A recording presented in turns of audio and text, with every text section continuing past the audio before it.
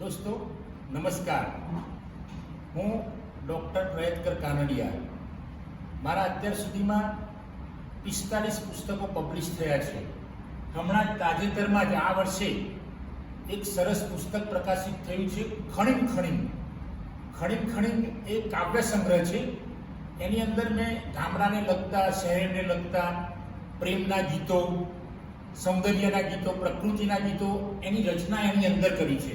પણ આજે એક અદ્ભુત કલાકાર મારી સાથે છે.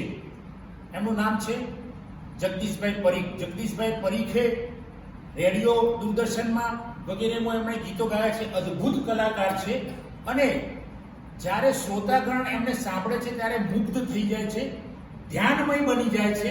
એવા જગદીશભાઈના મુખેથી મારા દ્વારા લખાયેલું ગીત, ખણીમ ખણીમ પુસ્તકમાંથી લખાયેલું ગીત આપણે ગાઈશું. જગદીશભાઈ, આપનું સ્વાગત છે પોડકાસ્ટમાં. અને આપ એક અદ્ભુત કલાકાર છો, આપણે એક સંવેદનશીલ કલાકાર છો. પ્રેમના ગીતો પણ આપ સુંદર ગાયા છો. સમાજની અંદર વિદ્યાર્થીઓને, યુવા પેઢીને કેવી રીતે ગીતો દ્વારા આગળ દોરવા એવા પ્રયત્નો આપે સરસ સુંદર કર્યા છે. તો આજે આપ ખણીમ ખણીમમાંથી કયું ગીત ગાઓ છો અને એ ગીતનું ટાઇટલ, શીર્ષક વગેરે અમને કહીને આપ ગીતની શરૂઆત કરો. જગદીશભાઈ, ગીતનું ટાઇટલ છે ગામમાં. ખોળિયું વસે છે શહેરમાં, પેલું હૈયું રહે છે ગામમાં. ખોળિયું વસે છે શહેરમાં, ક્યારેક બંને ભેગા થાય છે મનમાં. ખૂબ લડે છે બંને ની વચમાં, પેલું હૈયું રહે છે ગામમાં. ખોળિયું વસે છે શહેરમાં, એક ખેંચે ગામમાં તો બીજું શહેરમાં.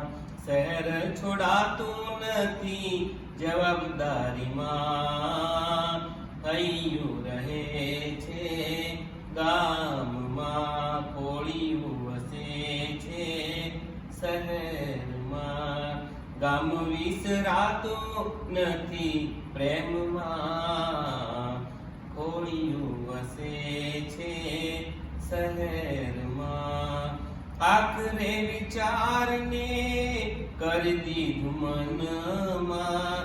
એક દિવસ હૈયાને મળી આવું ગામમાં, 6 દિવસ રહી લઉં હું શહેરમાં. પણ પેલું હૈયું રહે છે ગામમાં. ખોળિયું વસે છે શહેરમાં, ખોળિયું વસે છે શહેરમાં. સરસ જગદીશભાઈનો આભાર. એક અદ્ભુત કલાકારના મુખેથી આપણે કે આ નવા પુસ્તક ડૉક્ટર પ્રયત્કર કાનડિયા એટલે કે મારા દ્વારા લિખિત ખણીમ ખણીમ પુસ્તકમાંથી જગદીશભાઈ એમના સરસ સુંદર અવાજમાં એમનો સૂર સાંભળીને નાના બાળકો પણ જો રડતા હોય તો બંધ થઈ જાય છે અને યુવાનો તો એમના ગીતો સાંભળવા માટે દોડી આવે છે.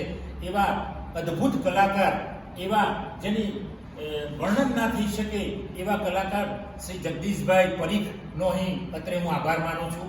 જય હિન્દ, જય ભારત.